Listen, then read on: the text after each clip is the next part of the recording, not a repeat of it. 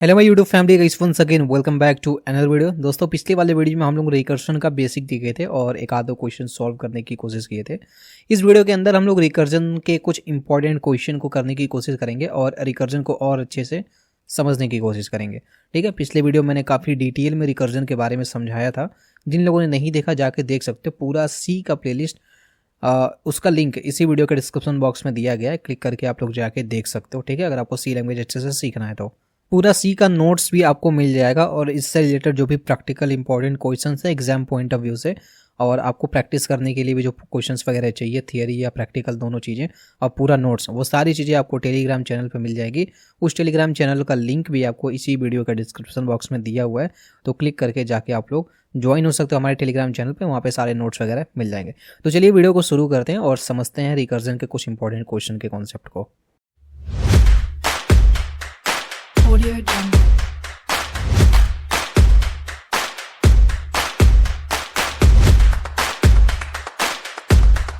सबसे पहले हमारा यहाँ पे आता है printing your name and times using the recursion. आपको काम ये करना है कि आपको यूज़र से एक इनपुट लेना है। ठीक है, लेट्स से यूज़र ने कहा 10। ठीक, तो आपको क्या करना है, यूज़र जितना इनपुट देगा उतनी बार अपने नाम को प्रिंट कराना है, और वो भी किसकी मदद से, रिकर्जन की मदद से। ठीक है, लूप की मदद से, मुझे पता है आप लोग करवा लोगे। ठीक है, लूप की मदद से आप लोग करवा लोगे, बट ये काम किसकी मदद से करना है, ये काम हमको रिकर्जन की मदद से करना है। ठीक है, तो रिकर्जन की मदद से करने के लिए हमको ज़रूरत पड़ने वाली एक फंक्शन की। ठीक है, जैसे मान लीजिए मैं यहाँ पे अगर फंक्शन बनाऊँ, ठीक है, यहाँ पे फंक्शन बनाने के लिए हम यूज़ करेंगे, मान लीजिए इंट यूज़ कर ले रहे हैं। ठीक, और यहाँ पे एक फंक्शन का नाम हमको लिखना पड़ेगा, तो प्रिंट नाम अगर लिख ले रहे हैं हम लोग, यहाँ पे हम लोग एक वैल्यू देते हैं एन। एन में क्या आएगा, यूज़र से इनपुट आएगा। ठीक है, इनपुट आने के बाद इसमें स्टोर हो जाएगा कि कितनी बार वो नाम प्रिंट कराना चाहता है।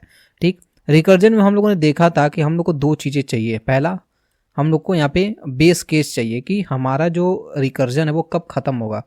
ठीक है, तो रिकर्जन हमारा कब ख़त्म होगा, यहाँ पे एक बेस केस चाहिए। तो हम लोग चाहते हैं कि रिकर्जन हमारा कब ख़त्म हो, जब हमारी एन की वैल्यू 0 हो जाए, तो हमारा ये लूप ख़त्म हो जाए। ठीक, तब ये लूप क्या हो जाए, लूप हमारा ख़त्म हो जाए। यहाँ के ख़त्म करने के लिए हम क्या लिख देंगे, हम यहाँ पे लिख देंगे रिटर्न कीवर्ड। ठीक, रिटर्न कीवर्ड क्या करेगा, फंक्शन से बाहर चला जाएगा। अच्छा, एन की वैल्यू मान लीजिए, फॉर एग्जांपल सपोज कीजिए कि हमको यहाँ पे एन में 10 मिला। ठीक है, हमको 10 मिला, तो हमको क्या करना है, बार बार फंक्शन को कॉल करना पड़ेगा। ठीक है, रिकर्जन में यही होता है ना कि हमको फंक्शन को बार बार कॉल करना पड़ता है।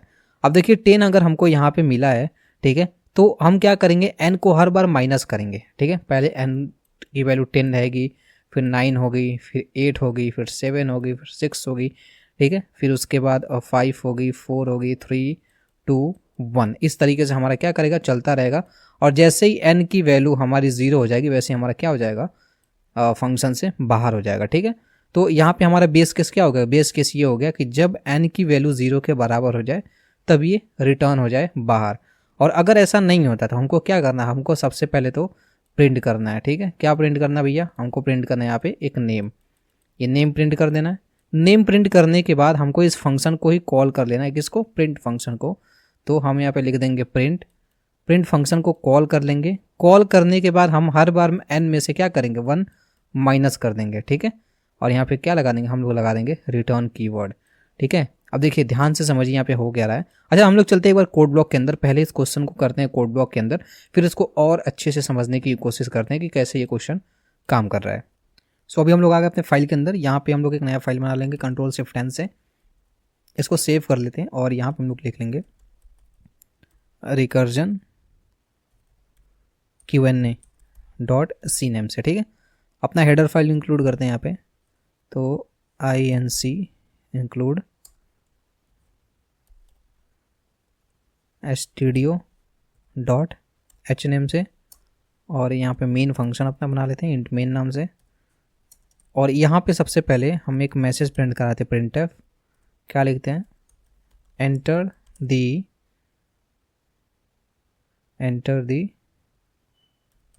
नंबर।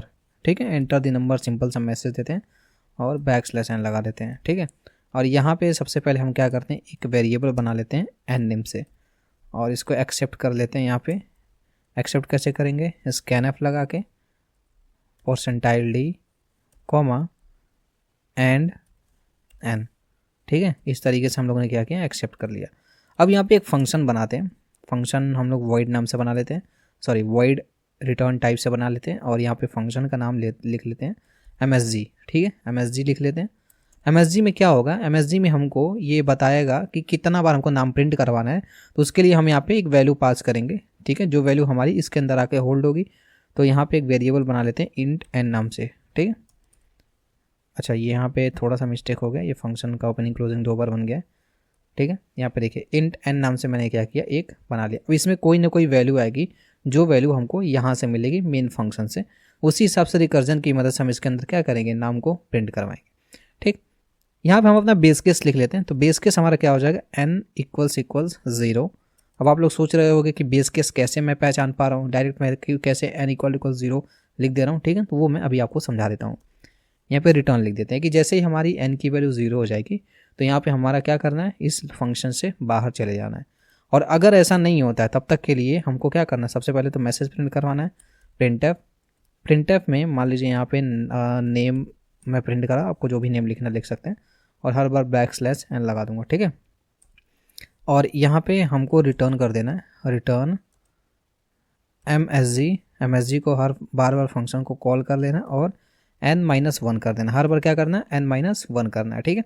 चलिए ठीक है। अब इसके बाद हम क्या करते हैं, इस मैसेज वाले फंक्शन को अपने मेन फंक्शन के अंदर कॉल कर लेते हैं। यहाँ पे हम क्या करेंगे, यहाँ पे ये जो n में जो हमको वैल्यू मिल रही है ना, वो इसके अंदर पास कर देंगे, ठीक है। चलिए एक बार इसको कोड को मैं रन करा कर दिखाता हूँ। सो यहाँ पे स्कैनएफ में मेरी गलती हुई, अच्छा स्कैनएफ लिखा गया, तो यहाँ पे स्कैनएफ हो जाएगा। अच्छा, फिर इसके बाद इसको रन कराते हैं, अभी कोई एरर नहीं है। क्या लिख रहा है, एंटर दी नंबर, तो मैं यहाँ पे 5 लिख रहा हूँ और एंटर किया। यहाँ पे हमारा नेम कितनी बार प्रिंट हो गया, 5 टाइम, देख सकते हैं। अच्छा, अगर मैं इसको और भी ज़्यादा टाइम प्रिंट करना चाहूँ, मैं यहाँ पे लिख दूँ 10, तो हमारा नेम कितनी बार प्रिंट हो जाएगा, 10 टाइम प्रिंट हो जाएगा, ठीक है।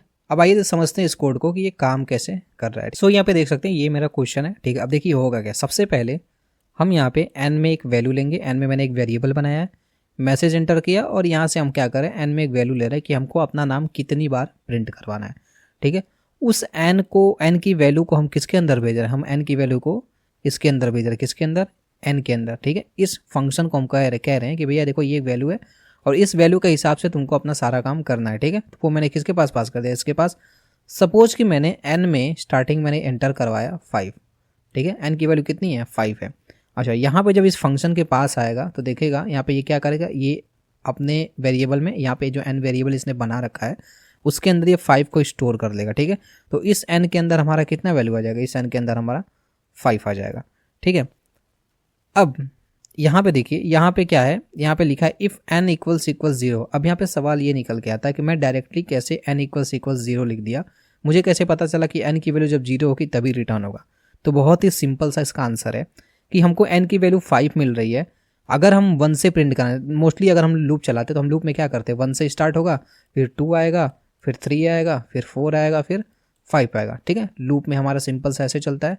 बट यहाँ पे 1 तो नहीं मिल रहा ना, यहाँ तो हमको कितना मिल रहा है, 5 मिल रहा है। तो इसी को अगर हम ऐसे कर दें कि पहले 5 वाला प्रिंट कराओ, फिर 4 वाला, फिर 3 वाला, फिर 2 वाला, फिर 1 वाला, ये मेरा कैसे चल रहा है, उल्टा चल रहा है, ठीक है, इसी का रिवर्स चल रहा है, ठीक है। तो हर बार क्या करें, अगर n में हम हर बार माइनस कर दें तो हमारा एक ना एक बार वैल्यू कितना हो जाएगा, 0 हो जाएगा, और जैसे ही 0 होगा वैसे क्या होगा, रिटर्न हो जाएगा, ठीक है। तो n की वैल्यू जब 0 हो जाएगी तब हमारा फंक्शन से बाहर चला जाएगा, और जब तक n की वैल्यू 0 नहीं होती तब तक हमारा फंक्शन के अंदर ही रहेगा, और फंक्शन के अंदर रहेगा तो मतलब कुछ ना कुछ काम होता रहेगा। तो काम क्या होगा, प्रिंट एफ नेम हमारा प्रिंट हो जाएगा। तो ये जो नेम है हमारा यहाँ पे पहली बार प्रिंट होगा, ठीक है। n की वैल्यू कितनी है, n की वैल्यू हमारी 5 है, तो हमारा नेम पहली बार प्रिंट हो गया। फिर यहाँ पे क्या लिखा है, रिटर्न करना है क्या, मैसेज को। फिर से इसमें क्या किया, फंक्शन को कॉल किया और उसी में n-1 कर दिया। पहली बार जब हमको n मिला तो n की वैल्यू कितनी थी, n की वैल्यू 5 थी, लेकिन यहाँ पे n की वैल्यू कितनी हो जाएगी, यहाँ पे n की वैल्यू हो जाएगी 4, ठीक है। अब ये 4 लेके फिर से हमारा ये फंक्शन कॉल हो जाएगा, और यहाँ पे आएगा, देखेगा क्या 4 0 के बराबर है, नहीं बराबर है, तो फिर से क्या करेगा, फिर से यहाँ पे आएगा। यहाँ पे आने के बाद फिर से ये नेम हमारा जो है मैसेज है, इसको क्या करेगा, प्रिंट कर देगा, ठीक। नेम प्रिंट करने के बाद फिर से यहाँ पे आएगा, और ये फिर से क्या रिटर्न करेगा, एक फंक्शन जो कि खुद का फंक्शन है, ठीक है। रिकर्जन में तो यही होता है ना, ये हमारा फंक्शन खुद को बार बार कॉल करता है। और यहाँ पे क्या हुआ, फिर से n-1 हो गया। तो पिछली बार n कितना था, 4 था, अब यहाँ पे 4 में से 1 माइनस हो गया। तो अब जो हमारा मैसेज फंक्शन है, ठीक है, मैसेज फंक्शन है, उसके पास n में कितना बचा, 3 बचा, 3 बचा ना। अब ये 3 लेके आएगा, चेक करेगा क्या 3 0 के बराबर है, नहीं बराबर है। फिर से हमारा ये फंक्शन किसके पास आ जाएगा, इसके पास आ जाएगा, प्रिंट के पास। फिर से हमारा नेम जो है प्रिंट हो जाएगा, ठीक है। इस तरीके से हमारा चलता रहेगा, फिर 2 होगा, फिर 1 होगा, फिर जैसे ही 0 होगा, ठीक है, n की वैल्यू 0 हो गई, फिर यहाँ पे आएगा, देखेगा n की वैल्यू 0 हो गई, तो यहीं से क्या हो जाएगा, रिटर्न हो जाएगा और मेरा फंक्शन वापस खत्म हो जाएगा, ठीक है। तो इस तरीके से ये हमारा रिकर्जन फंक्शन चलेगा। अगर आपको समझ में नहीं है तो एक बार फिर से रिवाइंड करके देख लीजिए।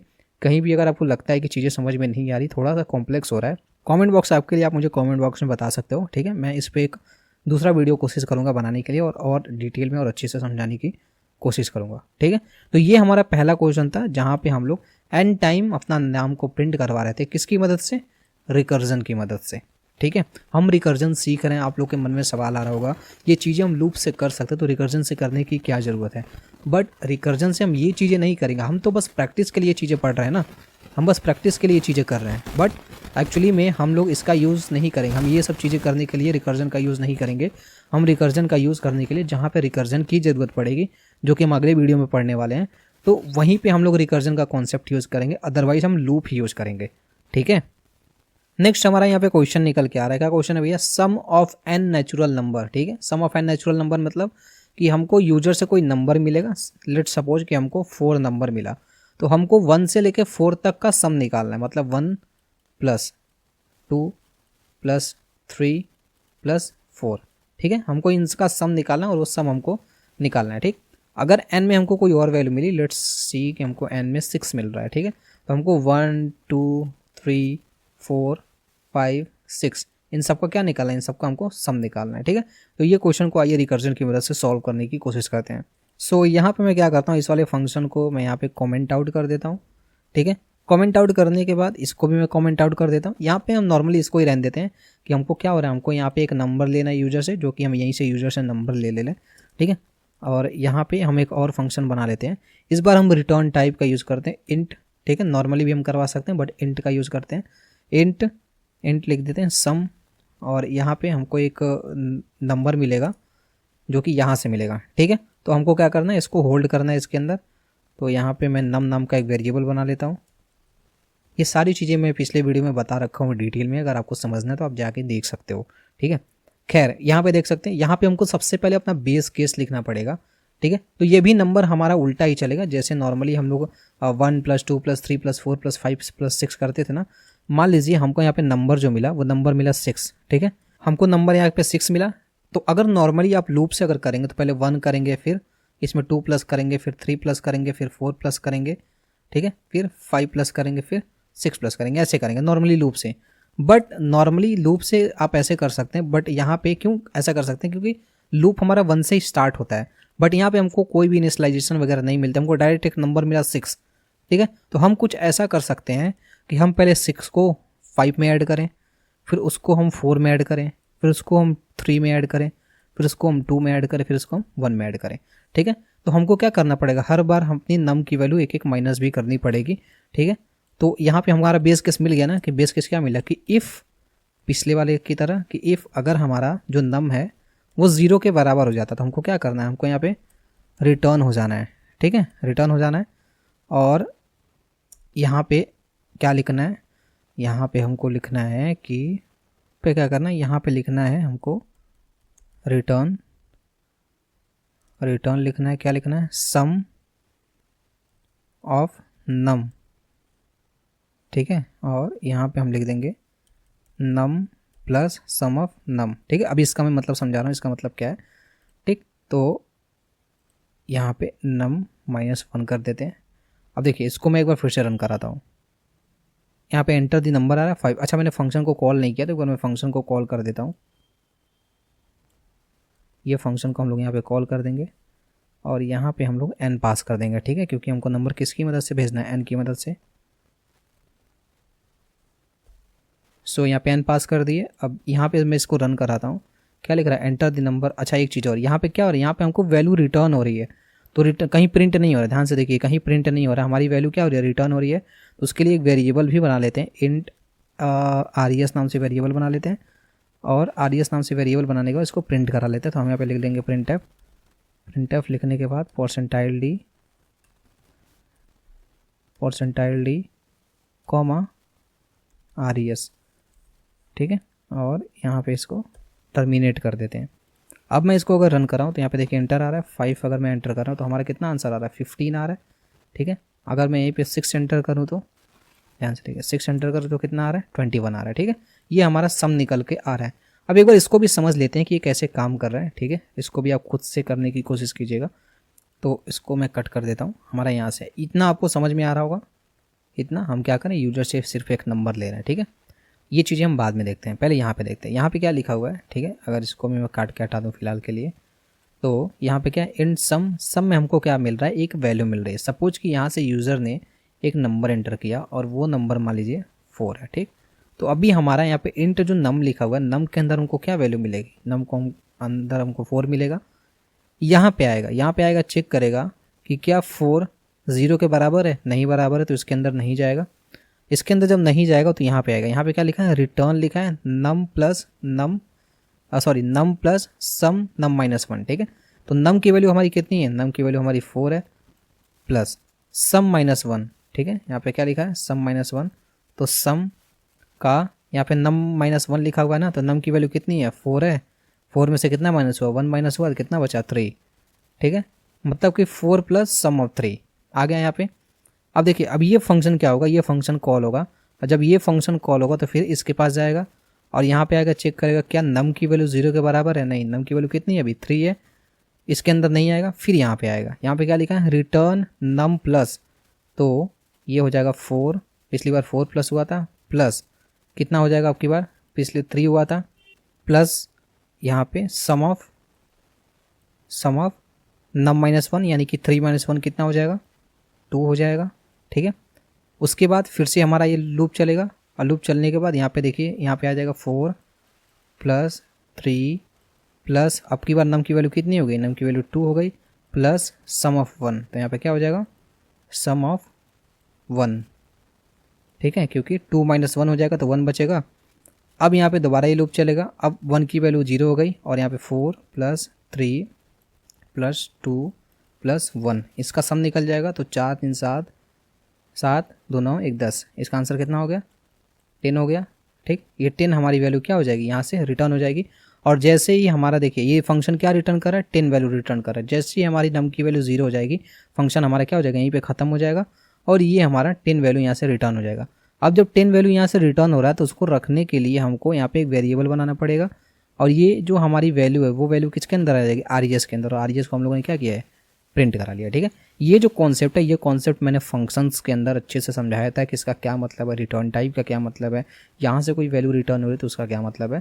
तो अगर आप वो वीडियोस नहीं देखे तो ये चीज़ें आपको समझ में नहीं आएगी, क्योंकि आप डायरेक्ट अगर रिकर्जन टॉपिक समझ रहे हो तो रिकर्जन टॉपिक थोड़ा सा कॉम्प्लेक्स है, उससे पहले आपको फंक्शन की अच्छी जानकारी होनी चाहिए, ठीक है।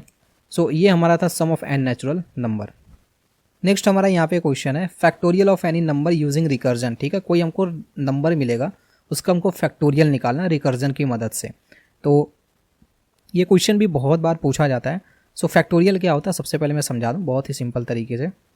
देखिए मान लीजिए कोई नंबर दिया है हमको, सपोज कि वो नंबर 4 है, ठीक है।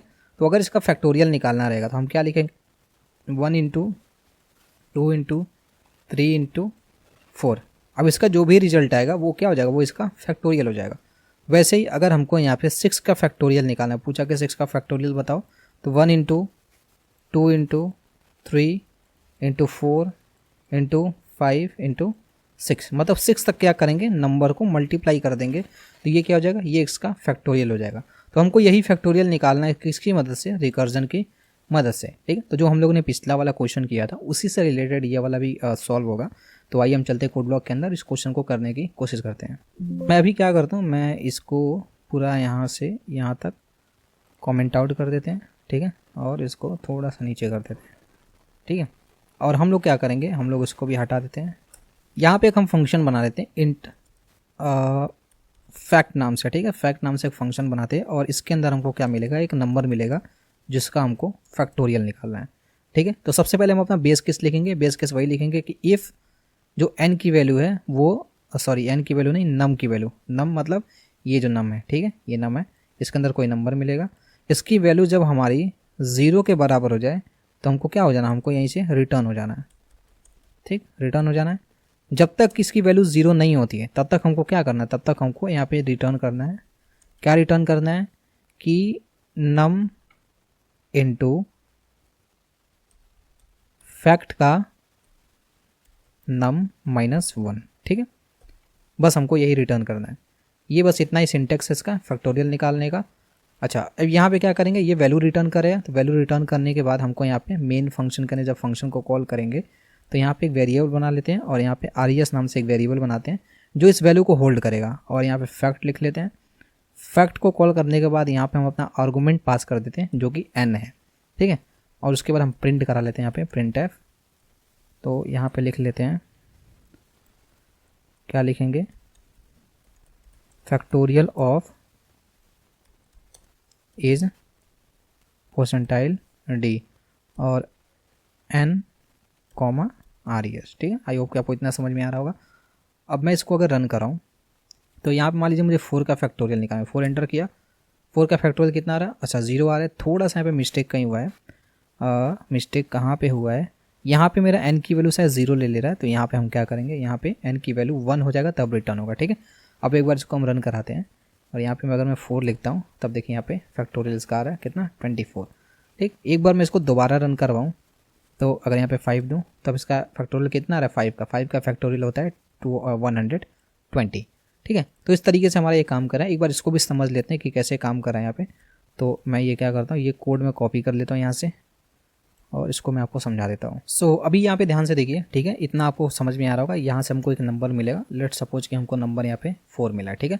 और अगर हम 4 का फैक्टोरियल निकालें तो हमको 1 × 2 × 3 × 4 करना पड़ेगा, ठीक।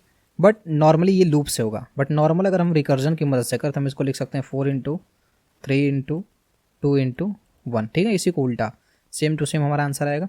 आइए एक बार इसको देखते हैं। तो यहाँ से हमारा यहाँ पे 4 मिल जाएगा एंड नम की वैल्यू कितनी हो गई है, नम की वैल्यू हमारी हो गई है यहाँ पे 4, ठीक।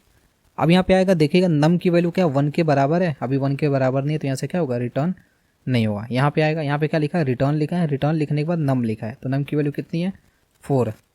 इसको मल्टीप्लाई करेंगे किससे, फैक्ट में, ठीक है। और यहाँ पे फैक्टोरियल ऑफ नम -1, नम की वैल्यू कितनी है 4 है, 4 - 1 कितना होगा 3, तो फैक्टोरियल ऑफ 3 से मल्टीप्लाई हो जाएगा और 3 का फैक्टोरियल जब निकलेगा तब अगली बार ये स्टेप चलेगा, ठीक। अगली बार स्टेप चलेगा तो यहाँ पे क्या लेगा 4 × 3 × यहाँ पे क्या हो जाएगा, फैक्ट का 2 हो जाएगा, क्योंकि यहाँ पे फिर से माइनस हो जाएगा 1, नॉर्मल सा है आपका। उसके बाद फिर जब अगली बार ये चलेगा, अपना फंक्शन अपने आप को कॉल करेगा, तो यहाँ पे 3 हो जाएगा, यहाँ पे × कितना हो जाएगा 2 हो जाएगा, और यहाँ पे फैक्ट की वैल्यू क्या हो जाएगी, फैक्ट की वैल्यू 1 हो जाएगा, ठीक है। अब जैसे ही ये यहाँ पे खत्म होगा, ठीक है, फैक्ट की वैल्यू जैसे ही 1 हो गई तो ये जब फंक्शन कॉल होगा तो यहाँ पे क्या हो जाएगा, रिटर्न हो जाएगा। जैसे ही नम की वैल्यू हमारी 1 हुई, और नम किसके अंदर है, नम इसके अंदर है, तो इसकी वैल्यू बार बार चेंज हो रही है, पहले 4 हुआ, फिर 3 हुआ, फिर 2 हुआ, फिर कितना हो जाएगा 1, जैसे ही 1 होगा ऐसे रिटर्न हो जाएगा और ये हमारा मल्टीप्लाई हो जाएगा। तो 4 × 3 × 2 कितना हो जाएगा, 4 × 3 12, 12 2 24, ठीक है। अब यहाँ पे देखिए फैक्ट के अंदर मैंने n को पास किया, ये फैक्ट हमारा फंक्शन का नाम है, इसके अंदर मैंने आर्गूमेंट पास किया, ये जो नंबर हमारा n में मिल रहा है उसको इसके अंदर पास कर दिया। अभी हमको क्या करेगा, पूरा फैक्टोरियल कैलकुलेट करेगा, कैलकुलेट करके हमको इस वेरिएबल के अंदर RES वेरिएबल के अंदर दे देगा, जिसको हम लोगों ने यहाँ पे क्या किया है, प्रिंट करा दिया है, ठीक है। तो इस तरीके से हम क्या कर सकते हैं, यहाँ पे फैक्टोरियल निकाल सकते हैं रिकर्जन की मदद से। सो गाइस आज के वीडियो में बस इतना ही। होप कि आपको यहाँ पे फैक्टोरियल का जो कॉन्सेप्ट है, वो बेसिक कॉन्सेप्ट आप बहुत अच्छे से समझ गए होंगे। नॉर्मल जो बेसिक क्वेश्चन था उसको ही मैंने समझाने की कोशिश की है। इस पे कई सारे क्वेश्चन हैं जो कि आप सॉल्व कर सकते हो, और जितना आप क्वेश्चन सॉल्व करोगे उतना आपको रिकर्जन यहाँ पे समझ में आएगा, ठीक है। रिकर्जन एक बहुत ज़्यादा इंपॉर्टेंट टॉपिक है, ठीक है, और प्रोग्रामिंग वगैरह में, इंटरव्यूज़ वगैरह में बहुत ज़्यादा पूछा जाता है, पेपर वगैरह में इससे रिलेटेड क्वेश्चन वगैरह आते हैं। और मोस्टली जो क्वेश्चन है यही सब आते हैं, फैक्टोरियल पूछ देता है, फिबोनाची सीरीज पूछ देता है, सम ऑफ एन नेचुरल नंबर पूछ देता है, तो यही सारी चीज़ें पूछता है, ठीक है। तो जितना भी मैंने यहाँ पे आज इस वाले वीडियो में और इसके पिछले वाले वीडियो में मैंने जितना भी क्वेश्चंस वगैरह कराया, वो सारा क्वेश्चन लगभग उसी में से पूछता है। एक आध दो क्वेश्चन और आप लोग ऐड कर सकते हो, और उस पर जितना हो सके उतना प्रैक्टिस कीजिए। आप जितना प्रैक्टिस करेंगे उतना अच्छे से आपको ये रिकर्जन टॉपिक समझ में आएगा, ठीक है। क्योंकि ये रिकर्जन टॉपिक थोड़ा सा कॉम्प्लेक्स है, मुझे पता है कि इसमें बहुत लोगों को अभी भी नहीं समझ में आया होगा, तो आप मुझे कमेंट बॉक्स में बताइएगा। मैं इस पर एक कोशिश करूँगा पूरा डिटेल वीडियो लेके आऊँ रिकर्जन के ऊपर, ताकि मैं डिटेल में बहुत अच्छे से एग्जाम्पल के साथ समझा पाऊँ, ठीक है। तो आज के वीडियो में बस इतना ही, मिलते हैं इस नेक्स्ट वीडियो में। Till then bye bye.